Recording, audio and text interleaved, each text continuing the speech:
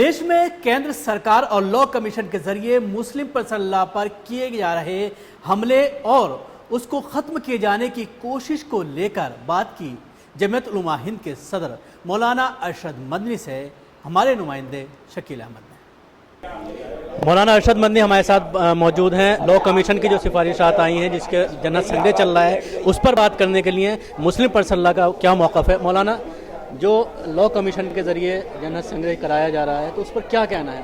जो law commission ने जो चीज़ असल में चीज़ ये है कि उसने जानने के लिए आवाम और जनता के सामने एक चीज़ पहुंचा दी।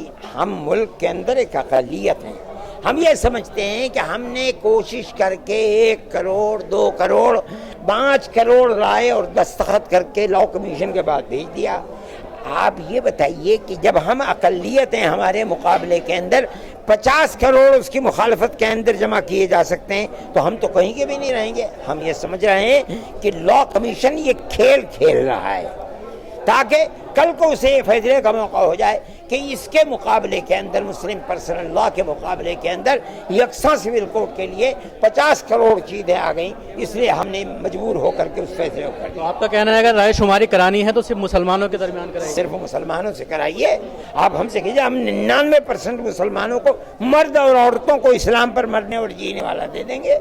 तो आपको क्या लग रहा है कि जो बरसर इक़्तिदार पार्टी है वो जानबूझ करके इस तरह का शोषण?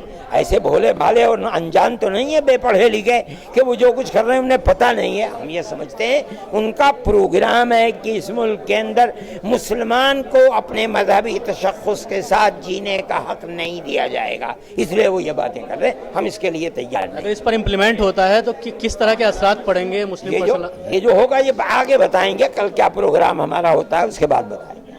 शुक्रिया। मौलाना अरशद मदनी साहब थे जो बता रहे थे कि किस तरह से मुस्लिम पर्सनल लॉ बोर्ड इसकी पूरी तरह से मुखालफत करेगी और उसके लिए एक रोड मैप तैयार कर रही है। न्यूज़ मैक्स के लिए दिल्ली से शकील अहमद।